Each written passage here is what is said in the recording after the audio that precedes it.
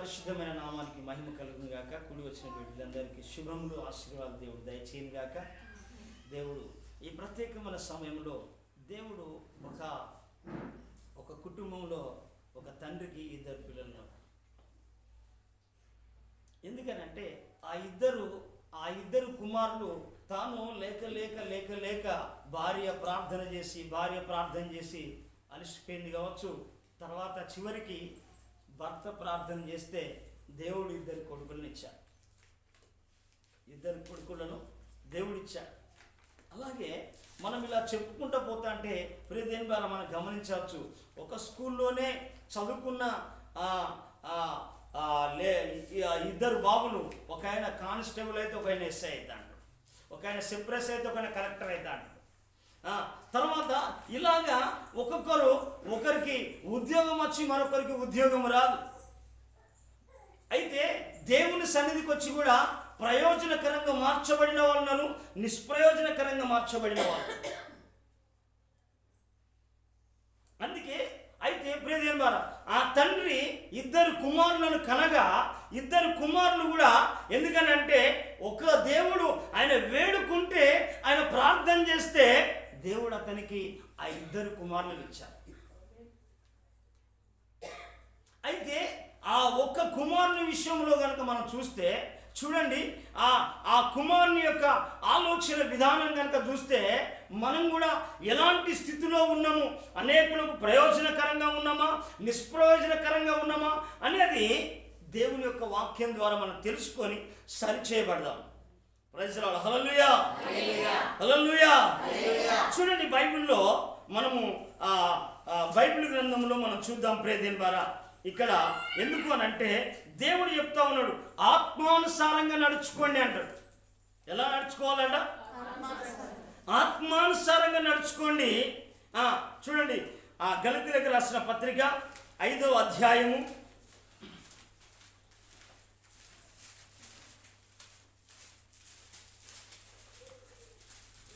16వ వచనం. నేను చెప్పున్నది ఏమనగా ఆత్మానుసారంగా నడుచుకొనుడి, అప్పుడు మీరు శరీరేచ్ఛను నెరవేర్చరు. అంటే ఆత్మానుసారంగా నడవడము, దేవుడు ఆత్మ కనుక ఆత్మతో మనము నడిపించబడాలి.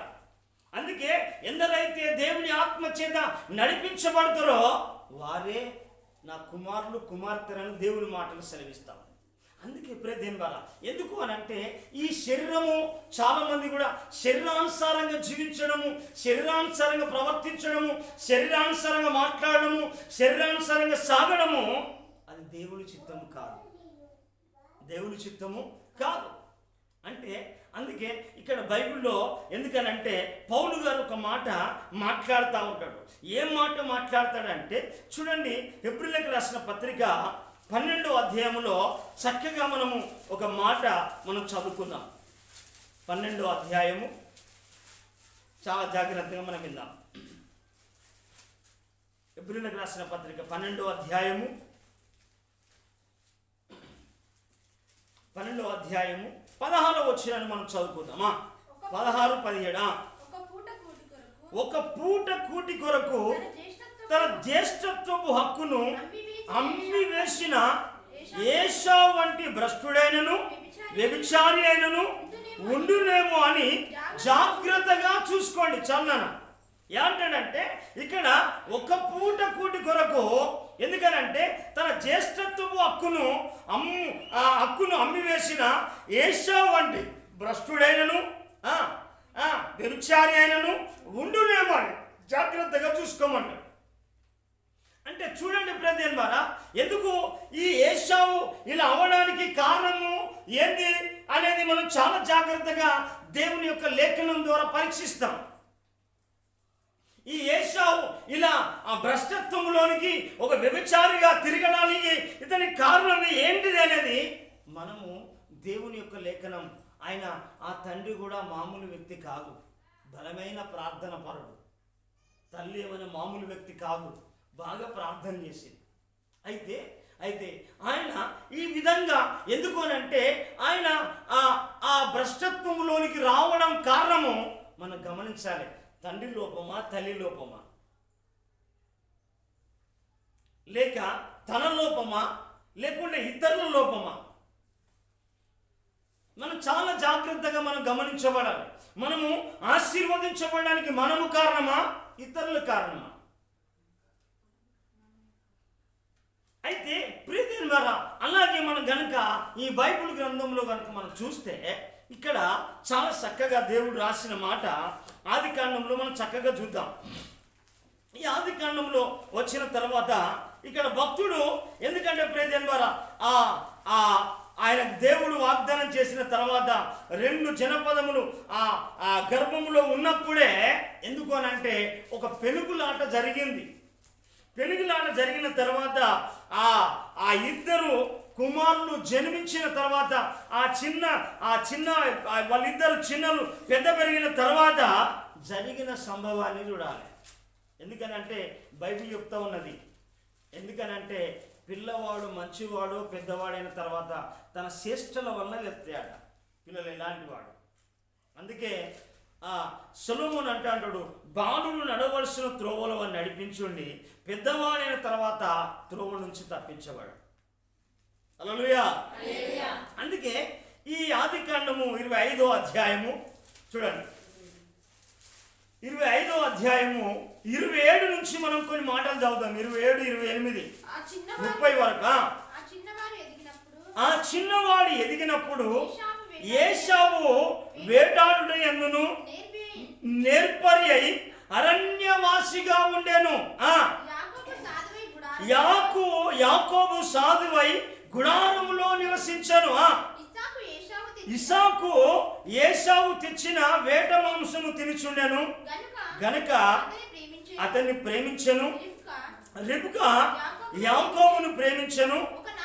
ఒకనాడు యాకోబు కలకూర వంటకమును వండుకొని చుండగా ఏశావు అలసిన వాడై పొలములో నుండి వచ్చి, నేను అలసి ఉన్నాను, ఆ ఎర్రగా ఉన్న దానిలో కొంచెము దయచేసి నాకు పెట్టుమని అడిగాను. చూడండి, మనం విడుదల. హల్లెలూయా. ఎందుకనంటే ఇక్కడ ఇద్దరు కుమారులే, అన్నదమ్ములే వాళ్ళిద్దరు.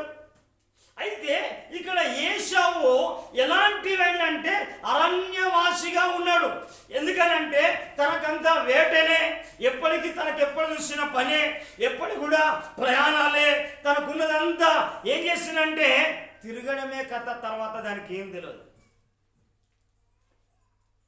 తండ్రి గారు చెప్తా ఉంటాడు, తల్లి నాన్న మన మందిరానికి వెళ్ళాలి, ఇప్పుడు మన మందిరానికి వెళ్ళంటే, డాడీ ఇప్పుడే వస్తా, వేటకు పోయి ఒక జింకను పట్టుకొని వస్తా, లేక ఒక చేపను పట్టుకొని వస్తా, లేకుంటే అక్కడికి వెళ్ళి అట్లా వెళ్ళి ఇట్లా ఒక 10,000 నేను తీసుకొని వచ్చేస్తా, నేను అట్లా వెళ్ళి ఇట్లా వెళ్ళి నువ్వు మందిరానికి వెళ్ళక ముందుకే నేను వస్తానే టైప్ అన్నట్టు చేశావు.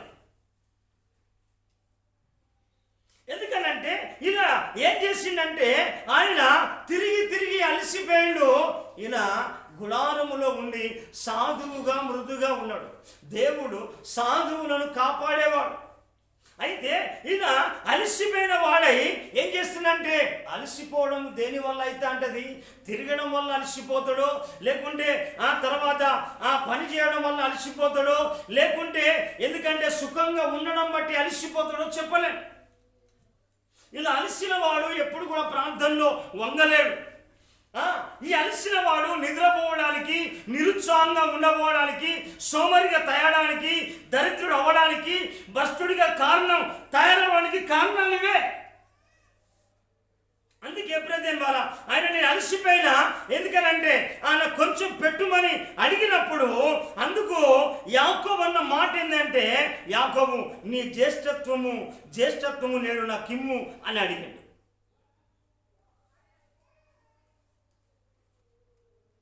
నీ జ్యేష్ఠత్వాన్ని, హక్కును, నీ ప్రధానత్వాన్ని, నువ్వు దేవుడిచ్చిన ఆ జ్యేష్ఠత్వాన్ని నాకు ఇస్తే నీకు అన్నం పెడతా. నేను ఉట్టిగా నీకు అన్నం పెట్టా, నాకు ఉట్టిగా రాదు అన్నం. ఆల్రెడీ చాలా మంది నిద్రపోతా ఉన్నాము.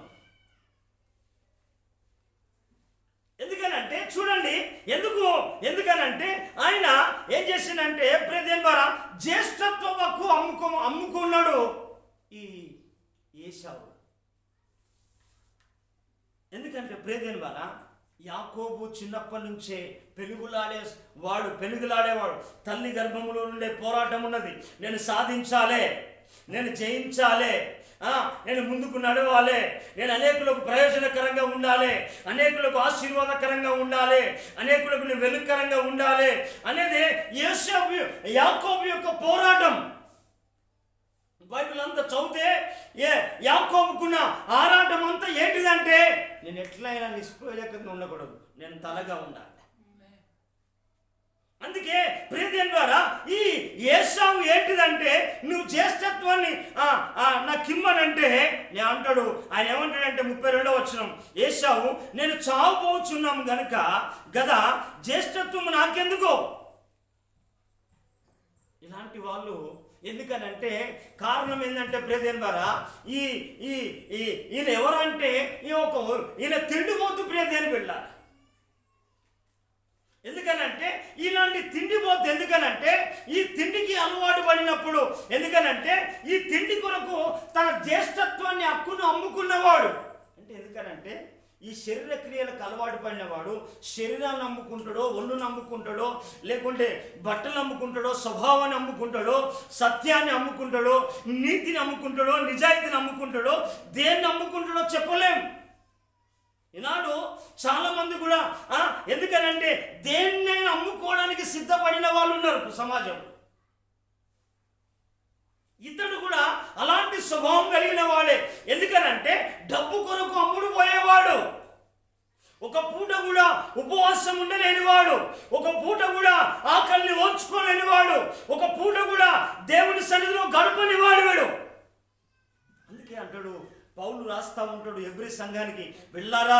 ఎందుకనంటే ఇలాంటి వాడు భ్రష్టుడైనా, ఎందుకనంటే వ్యభిచారినైనా ఉండునేమో మీలో, మీరు చాలా జాగ్రత్తగా చూసుకోండి. ఆ భ్రష్టత్వం నీలోనికి రాకూడదు, ఆ వ్యభిచారత్వం నీలోనికి రాకూడదు, ఆ తిరుగుబోత్తనము రాకూడదు, ఆ తిండిబోత్తనము నీలోకి రాకూడదు అని పౌలు భయపడుకుంటూ హెచ్చరిక చేస్తున్నాడు సంఘానికి. ఎందుకనంటే ప్రియదేని ద్వారా ఏం చేసిందంటే తన జ్యేష్ఠత్వాన్ని హక్కును ఆహారం కొరకు అమ్ముకున్నాడు ప్రియదేని ద్వారా. ఎందుకు అనంటే తనకు ఏంటంటే తిండే లక్ష్యము తప్ప వేరే లక్ష్యం కాదు. అందుకే పౌలు మాట్లాడుతూ ఉంటాడు. ఒక మాట చూడండి, ఫిలిప్పీయులకు రాసిన పత్రికలో ఒక మాట అంటాడు, వారి కలిపే వారు దేవుడు అంటాడు 3వ అధ్యాయంలో. వారు కలిపే వారి దేవుడు అంట. ఎందుకనంటే వారు సిగ్గుపడవలసిన సంగతులు యందు వారు అతిశయపడుచున్నారు. 3వ అధ్యాయము చదువు. నాశనమే వారి అంతము, వారు కలిపే వారి దేవుడు, వారు తాము సిగ్గుపడవలసిన సంగతులు యందు అతిశయపడుచున్నారు. భూసంబంధమైన వాటి విన్నే మనసు పెట్టుకున్నారు ప్రియదేని ద్వారా. ఎందుకనంటే ఇలాంటి ఏశావుకున్న కథ అదే ప్రియదేని ద్వారా. ఎందుకనంటే ఈ ఏశావు ఏంటిదంటే తిండిపోతూ శరీర సంబంధమైన వ్యక్తి, భూ సంబంధమైన ఆలోచనలే, పరసంబంధమైన ఆలోచనలు లేవు. ఎందుకంటే మన పౌరస్థితి పరలోకమందు ఉన్న ఆలోచన ఏమాత్రం కూడా ఏశావుకు లేదు. ఎందుకనంటే తిన్నదంటే చక్కగా తినడం, పడుకోవడం. ఎందుకు మంచి శుభ్రంగా తిన్నామంటే ఏం చేస్తానంటే అందుకే పౌలు మాట్లాడుతున్నాడు ఎఫెసు సంఘానికి. అక్కడ కూడా తిండిపోతున్నారు కావచ్చు.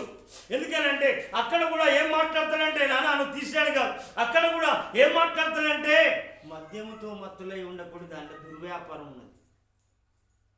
తాగుతూనే మత్తు కాదు సుమా, బాగా తింటే కూడా మత్తత్తా అంటది.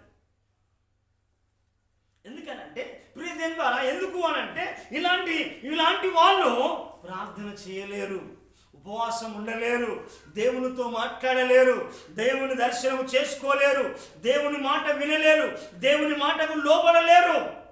ఎందుకనంటే ఇలాంటి ఈ తిండిపోతులు, ఎందుకంటే ప్రియదేని ద్వారా ఈ తిండిపోతు స్వభావము. అందుకే తిండిపోతనం ఏం చేస్తుందంటే తిండిపోతూ సుఖాన్ని తయారు చేసి సోమరులను తయారు చేస్తా ఉంటుంది, నిర్లక్ష్య పనులను తయారు చేస్తూ ఉంటుంది, నిద్రమత్తులను తయారు చేస్తూ ఉంటుంది. ఎందుకనంటే చేతవు కాని వారిగా తయారు చేస్తూ ఉంటుంది తిండి. అందుకే పౌలు చెప్పే మాట ఎందుకనంటే ప్రియదేని ద్వారా, ఎందుకనంటే తినడం కొరకు బ్రతకకూడదు సుమా, తినడం కొరకు బ్రతకకూడదు. ఎందుకనంటే బ్రతకడం కొరకు కొంచెం తింటే చాలు. హల్లెలూయా. ఎందుకనంటే ప్రియమైన ద్వారా ఇతడు తిండి కొరకే తన జ్యేష్ఠత్వాన్ని హక్కు అమ్ముకున్నాడు, అలాంటి భ్రష్టుడు ఉన్నాడు అంటాడు. ఎందుకనంటే ఈ తిండి బొత్తనం ఏం చేస్తాడంటే చూడండి, మన సామెతల గ్రంథము చూడండి, సామెతల గ్రంథము 23వ అధ్యాయము 21వ వచనాన్ని మనం చదువుదామా? త్రాగుబోతులను తిండిపోతులను, చూడండి ఇక్కడ మనం గమనించాలి, త్రాగుబోతులను తిండిపోతులను దరిద్రులు అవుతారట. ఎందుకంటే ప్రేదేన్ ద్వారా త్రాగుబోతులు తిండిపోతులు ఇలాంటి వాళ్ళు ఏం చేస్తారంటే దరిద్రాన్ని తీసుకొచ్చుకుంటా అంటారు. ఎందుకనంటే వాళ్ళకి ఏమవుతుందంటే ఇక్కడ మనం చూడవచ్చు, నిద్రమత్తును చింపిరి గుడ్డలు ధరించుకుంటకు కారణం ఈ తిండిపోతుతనమే అండి. ఏమైనా ఎందుకనంటే వాళ్ళకు ఆత్మ, ఎందుకంటే శరీరాన్ని పెంచుకుంటారు తప్ప దేవుని ఆత్మను పెంచలేరు. అందుకే పౌలు మాట్లాడే మాట ఏంటిదంటే ఆత్మానుసారంగా నడుచుకోండి, అప్పుడు శరీరేచ్ఛలను నెరవేర్చరు. ఎందుకనంటే ఈ ఈ ఈ తిండిపోతనం ఏం చేస్తుందంటే తిరుగుబోతులను తయారు చేస్తాండి, నిద్రబోతులను తయారు చేస్తాండి, వదులుబోతులను తయారు చేస్తాండి, సోమరులను తయారు చేస్తాండి, నిర్లక్ష్య పనులుగా చేస్తా అంటారు. నేను పడుకున్నా, ఇప్పుడు రాలేను, నువ్వు నాకు ఏమైనా పెడతానవా, నేను రాను గుడికి,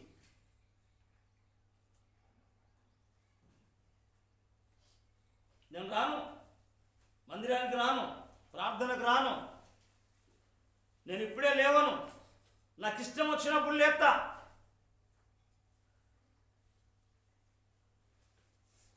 అందుకే ప్రియమైన వారా ఇలాంటి ఈ నిద్ర మొత్తులు ఎందుకనంటే అంతా సోమరితనాన్ని కలగజేస్తా అంటది. భక్తుడు చాలా చోట్ల ఇదంతా రాసినట్టుగా మనం బైబిల్ గ్రంథంలో మనం చూడవచ్చు. చేతగాని వారిగా తయారు చేస్తా అంటది. ఎందుకనంటే అపవిత్రులుగా తయారు చేస్తా అంటది. ఎందుకనంటే వారి జీవితానికి తిండే లక్ష్యము తప్ప, వారికి తిండే దేవుడు తప్ప, తిండే ఆ సర్వస్వము తప్ప వేరే ఆధారం అనేది లేదు. అందుకే ప్రియదేమారా ఎందుకనంటే మన బైబిల్ గ్రంథంలో ఎందుకనంటే చూడండి ప్రియదేమారా మన బైబిల్ గ్రంథంలో ఈ తిండిపోతు తనము ఏంటంటే బైబిల్లో కనుక చూస్తే దీని గురించి సొలొమోను చాలా దిక్కుల చాలా విషయాలు రాసిండు. ఇక్కడ సోమరి గురించి మాట్లాడుతూ ఉంటాడు. చూడండి 12వ అధ్యాయంలో 24వ వచనంలో చూడండి, 12:24 సోమరులు వెట్టి పనులు చేయవలసి వచ్చును. 27వ వచనం సోమరి వెంటాడినను పట్టుకున్నాడు. 13వ అధ్యాయము 4వ వచనం సోమరి ఆశపడి కానీ వారి ప్రాణములకు ఏమి దొరకదు. సోమరయ్యా సోమరి, ఏ తిండే ఏమైనా. ఎందుకంటే ఇలాంటి వాళ్లకు నేను చెప్పే మాట కాదు, అక్కడ సొలొమోను భక్తుడు రాసే మాట. ఎందుకనంటే ఈ తాగుబోతులు తిండిపోతులు దరిద్రులు అవుతారట. నిద్రమత్తు చింపిరి గుడ్డలు ధరించుకున్న కారణం చాలా మంది అంటే నేను వెళుతాను. ఎందుకనంటే ఈ నిద్రపోతనం పోలే, ఈ తిండిపోతనం పోలే, ఈ సోమరితనం పోలే. ఇప్పుడు ఎందుకనంటే సోమరి ఎందాక ముడుచుకుంటావు, ఇంక కొంచెం ముడుచుకుంటా, ఇంక కొంచెం కునుకుతా, ఇంక కొంచెం నిద్రపోతా అనంటే వీళ్ళకు మెలుకోగలిగిన ఆత్మ లేదు, ప్రార్థనాత్మ లేదు. తర్వాత వీళ్ళు వేకోజామున దేవుణ్ణి వెతికే ఆలోచన వీరికి లేదు. వీరు వెతికిందే దొరుకుతా అంటది. నువ్వు ఏది వెతుకుతే గదే దొరుకుతా అంటది. గహేజీ ఎలీషా ప్రవక్త నయామానుకు విడుదల ప్రకటిస్తే ఆయన బంగారం బండిని బంగారు ఇస్తానంటే నీ బండి ఎందుకే, నీ బంగారం ఎందుకే, పో అన్నాడు. గెహాజీ ఏం చేసిండు, ధనం వెళ్ళి చెప్పి ఆఖరికి ఏమైపోయింది, నయామాను కుష్ఠరోగము గెహాజీకి వచ్చేసి. ఈ దినమున దేవుణ్ణి విడిచిపెట్టి నువ్వు సంపాదించే సనం కూడా గెహాజీ లాంటిదే.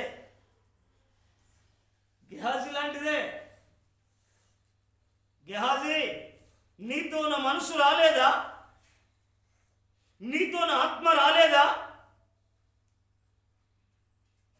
నీతో దేవుని సన్నిధి రాలేదా? నువ్వేం చేస్తున్నావు అంటే బ్రదర్ ద్వారా ఇలాంటి ఎందుకనంటే సోమరికి ఎందుకనంట సోమరి మార్గం కూడా ఇక్కడ అంటాడు. సొలొమోను అంటాడు ముళ్ళ కంచేనట. ఏంటంటే చేత కాదు కానీ, ఎందుకంటే సోమరోడు కనుక ఏ పని చేసినా కళ్ళకు పులుసు వంటివాడ. తనకు పని పెట్టువానికట కళ్ళకు పులుసు వంటాడ, నలుసు వంటి వాడట సోమరి. ఎందుకనంటే ఈ సోమరి వేటాడినా దొరకదట. పాత్రలో చెయ్యి వేస్తాడు కానీ తనకి ఏమీ దొరకదు. కారణం ఏంటంటే ప్రియదేవుని ద్వారా సోమరితనం ఎక్కువైపోయింది.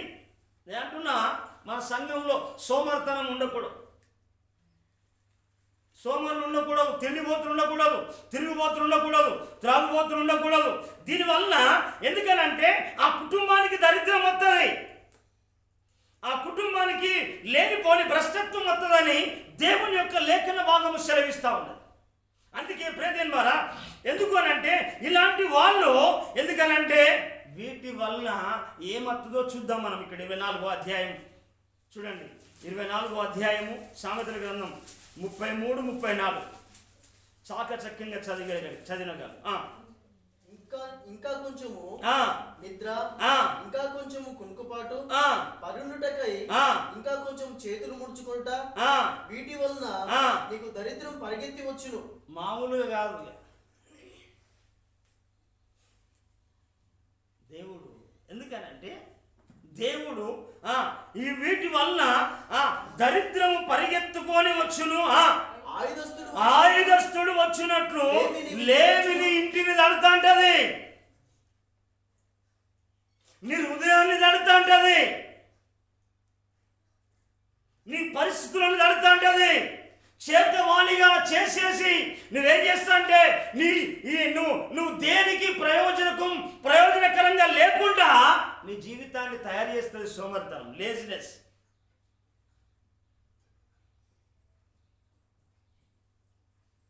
ఎందుకంటే ప్రియదేవుని ద్వారా ఎందుకు అనంటే ఇలాంటి పరిస్థితుల్లో ఎందుకనంటే మరొక మాట ఇక్కడ సొలొమోను 23వ అధ్యాయంలో కూడా ఒక మాట చెప్తా ఉంటాడు. చూడండి 19వ వచనంలో ఒక మాట అంటాడా, చూడండి దైవికమైన జ్ఞానాన్ని తెచ్చుకో అని చెప్పి మాట్లాడతాను. నువ్వు సోమరిగా ఉండకు. చదువునా, నీ హృదయమును యథార్థమైన త్రోవలో చక్కగా నడిపించు, ఆత్మానుసారంగా నీ జ్ఞానం తెచ్చుకో, దేవుని యొక్క జ్ఞానము కలిగి. ఎందుకనంటే దేవుని జ్ఞానమును అడుగు. ఎందుకంటే యాకోబు అంటాడు ఎవరికైనా జ్ఞానము కొలువగా ఉండే కదా వాడు దేవుణ్ణి అడగవలేను. అయ్యా నేను ఎలా నడవాలి దేవా, నేను ఎలా జీవించాలి, ఎలా ప్రార్థించాలి, ఎలా వాక్యాన్ని చదవాలి, ఎలా నీ సన్నిధిలో నేను ఉండాలి, ఎలా నా కుటుంబాన్ని కట్టుకోవాలి, ఎలా నా భర్తని కట్టుకోవాలి, ఎలా నా పిల్లల్ని కట్టుకోవాలి, జ్ఞానం అడుగు దేవుణ్ణి. ఎందుకనంటే నువ్వు ఎంతకాలము సోమరిగా ఉండడం. ఎందుకనంటే ఒక వ్యక్తి అంటాడు అయ్యా 38 సంవత్సరాల కాంచి అక్కడే ఉంటా అంటాడు. ప్రతి వాడు బాగా అవుతా అంటాడు. అక్కడ వచ్చిన వల్ల ఆ కోనేట్లో దిగుడుతోనే ఆ కోనేట్లో దిగగానే దేవదూత నీళ్లు కదిలేగానే ఎట్టి వ్యాధి కలిగిన వాడైనను స్వస్థపరచబడతా అంటాడు, బాగా అయిపోతా అంటాడు. వాడు మాత్రం 38 సంవత్సరాల కాంచి అక్కడనే ఉన్నాడు. ఎంతో మంది జీవితాలు మారినా, ఎంతమంది ఆశీర్వాదకరంగా ఉన్నా, ఎంతమంది దీవెనకరంగా మారినా, ఎంతమంది అభిషేకం పొందినా వాడు అలాంటి కుంటివాళ్ళలాగా ఉన్నాడు, గుడ్డివాళ్ళలాగా ఉన్నాడు, చౌటువాళ్ళలాగా ఉన్నాడు, మూగవాళ్ళలాగా ఉన్నాడు, దరిద్రుడిగా ఉన్నాడు, శాపగ్రస్తుడిగా ఉన్నాడు, భ్రష్టుడిగా లాగానే ఉన్నాడు. వాళ్ళ జీవితాన్ని మార్చుకోలే, వాళ్ళ ఆలోచన మార్చుకోలే, వాళ్ళ స్వభావాన్ని మార్చుకోలే. అందుకే వాడు అక్కడనే పడి ఉన్నాడు. ఈ ఏశావు కూడా అలాంటి వాడే. ఇలాంటి సంఘములో ఉండకూడదు. దేవుని పిల్లల లోపల ఇలాంటి స్వభావాలు ఉండకూడదు. అందుకే నీ హృదయం మాట యథార్థమైన త్రోవలో చక్కగా నడిపించు. ఎందుకనంటే అక్కడ అంటాడు ద్రాక్షరసము త్రాగువారితోనేను, మాంసం హెచ్చుగా తినువారితోనేను సావాసము చేయకు. ఎందుకంటే ప్రేమ ద్వారా అలాగునే ఏంటంటే అలాగునే ఏమైపోయిందంటే వాళ్ళు అలాగనే ఏమైపోతారంటే వాళ్ళు అలాగనే నిద్రిస్తూ ఉన్నారు. ఎందుకనంటే ఇదంతా నేను అనుకుంటాం, నువ్వు ఎందుకనంటే ఇలా నువ్వు దేవుని యొక్క సన్నిధిలో దేవుని కుమారుడైతే ఆయన యేసు ప్రభు అంటాడు, ఆయన ఇంకా పెందల కాడనే లేచి ఆయన చాలా చీకటిగా ఉన్నప్పుడే ఆయన ఏం చేస్తాడంటే ఆయన ప్రార్థన చేస్తూ ఉన్నాడు. మనం కూడా చూడండి, సంఘం ఎలాగంటే దావీదు వలె మనం ప్రార్థన చేయాలి. దేవా నా దేవుడవు నీవే, నేను వేకువనే వెతుకుతా అంటాడు అక్కడ దావీదు. చూడండి కీర్తనల గ్రంథము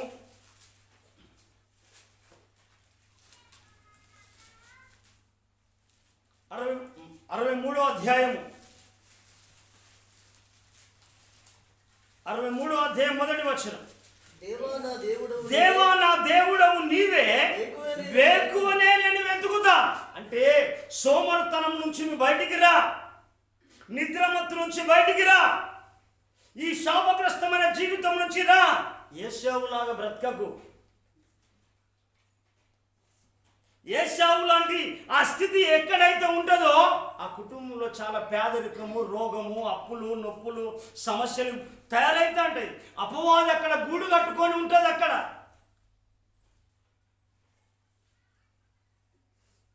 అందుకే ప్రియదేవి ద్వారా అక్కడ మనం ఏం కావాలంటే యేసు ప్రభు అక్కడ బెందల కళ్ళే లేస్తే యేసు ప్రభుకు మనం కూడా సాదృశ్యంగా ఉండాలి.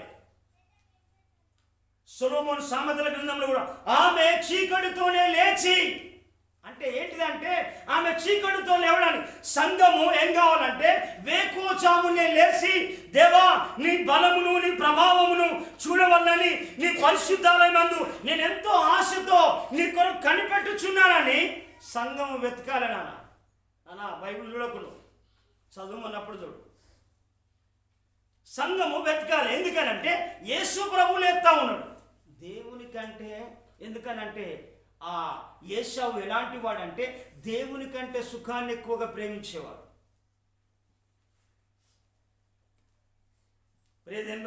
ఎందుకనంటే రేపు నువ్వు సిద్ధపాటు కావాలి. ఎందుకనంటే నువ్వు మొదట నువ్వు వేకువజామున లేవాలి. తర్వాత రెండవది ఏంటంటే దైవికమైన జ్ఞానము కలగాలి. ఎందుకనంటే ఈ జ్ఞానము ఎందుకనంటే దేవుడు, ఎందుకంటే నీ జ్ఞానం వలన దేవుడు సంతోషపడతాడు. ఎందుకనంటే నా కుమారుడు, ఎందుకనంటే మనం బైబిల్ గ్రంథంలో మనం చూడవచ్చు ఇక్కడ. ఎందుకనంటే అక్కడ జ్ఞానము తెచ్చుకున్నప్పుడు, ఎందుకనంటే నువ్వు జ్ఞానం పొందితే ఎవరికి లాభం అంటే అక్కడ అంటాడు చూడండి, జ్ఞానం కలిగిన కుమారుడు తన తండ్రిని సంతోషపరుస్తాడు. సామెతల గ్రంథం 10వ అధ్యాయం 1వ వచనం.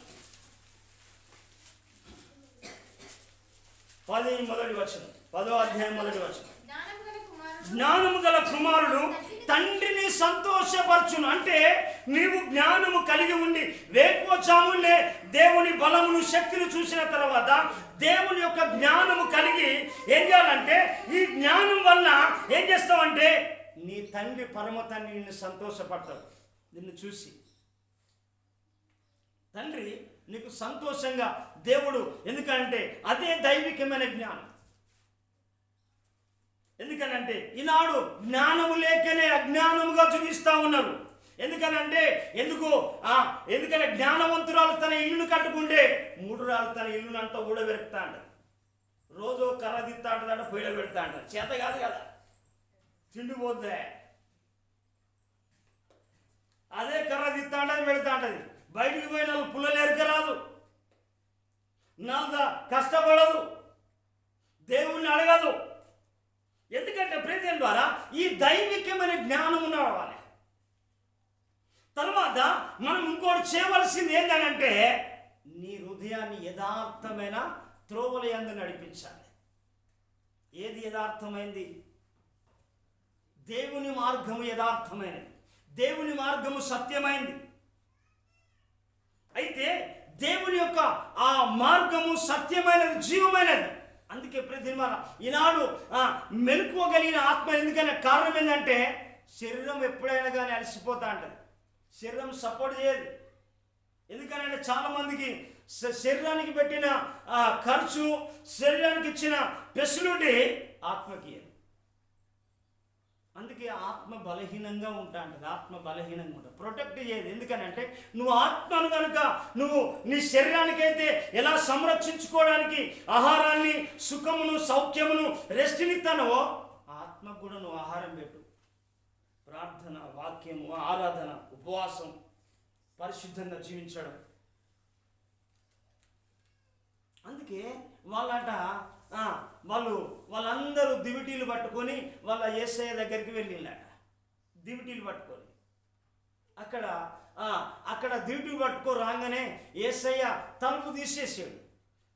తీయగానే ఏం చేసిందంటే అక్కడ బుద్ధి లేని కన్యకలు వచ్చిండు, బుద్ధి కలిగిన కన్యకలు వచ్చిండు. బుద్ధి లేను, ఈ బుద్ధి లేనను తిండిపోతుడు. బుద్ధి కలిగిన వాళ్ళు, జ్ఞానం కలిగిన వాళ్ళు, మెలకువ కలిగిన వాళ్ళు, ఆత్మానుసారంగా జీవించేవాళ్ళు. చూడండి బైబిల్లో మత్తయి సువార్త 25వ అధ్యాయము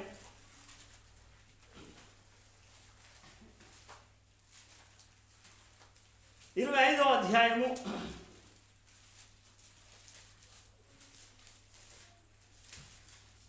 4వ వచనం చదువుదామా. బుద్ధిగల వారు తమ దివిటీలతో కూడా సిద్ధలలో నూనె తీసుకొని పోయిరి. పెళ్లి కుమారుడు ఆలస్యము చేయగా వారందరూ కునికి నిద్రించుచు ఉండిరి.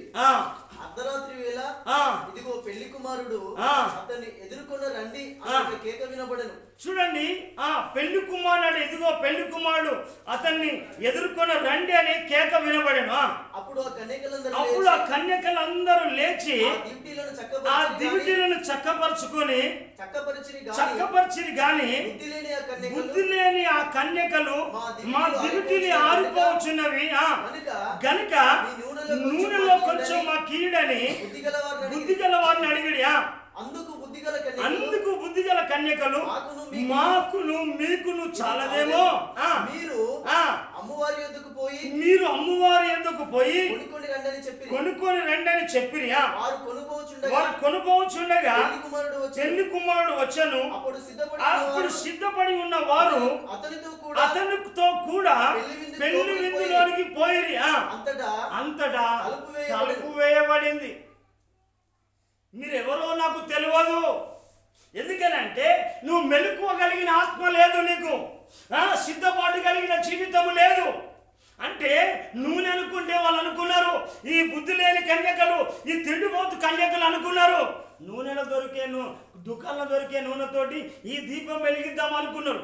కానీ వెలగవలసింది ఆత్మదీపము.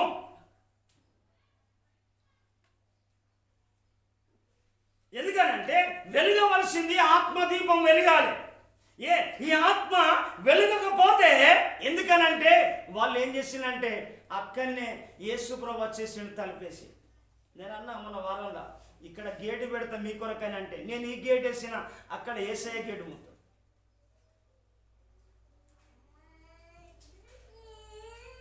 అందుకే ఇప్పుడే తెంబారా.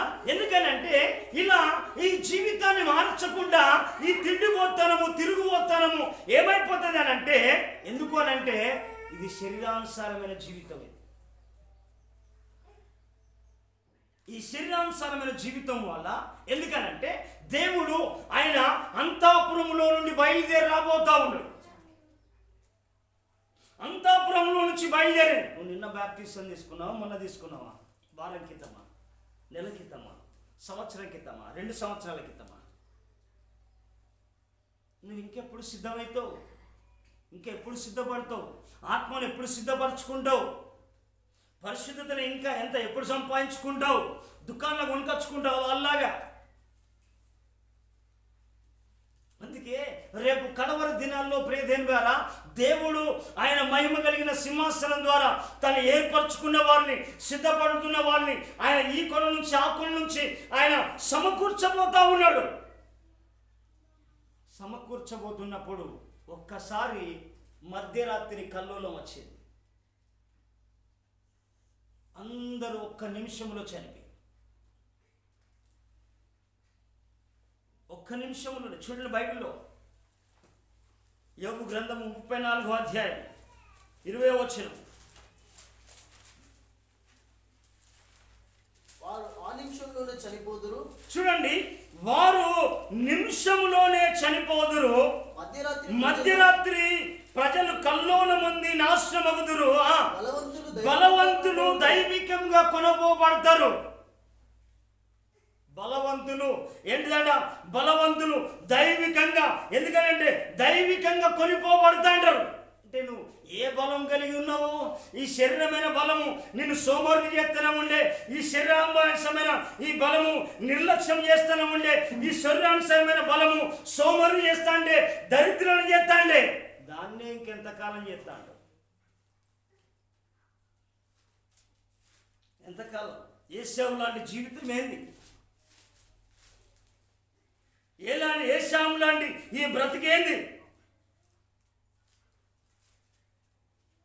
ఏశావు లాంటి, ఎందుకంటే ఈ తిరుగుబోత్తనము తిండిపోత్తనము, ఎందుకనంటే ఇవి చంపనంత వరకు కూడా అవి నేను వెంటాడుతూనే ఉంటాను.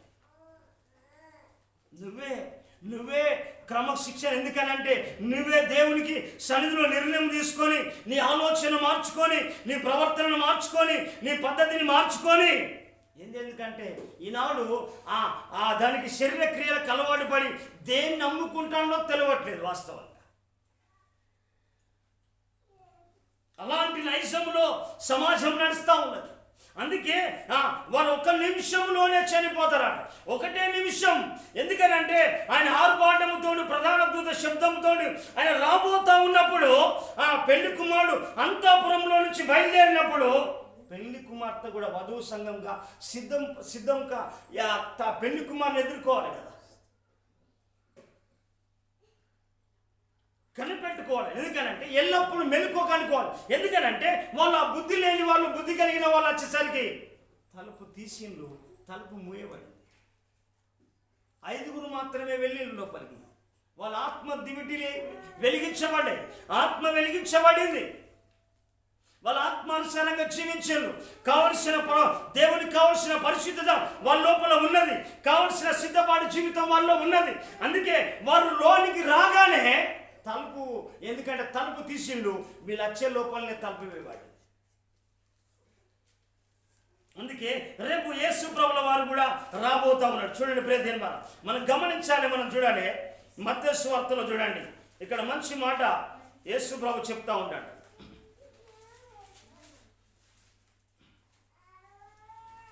మత్తయి సువార్త 24వ అధ్యాయము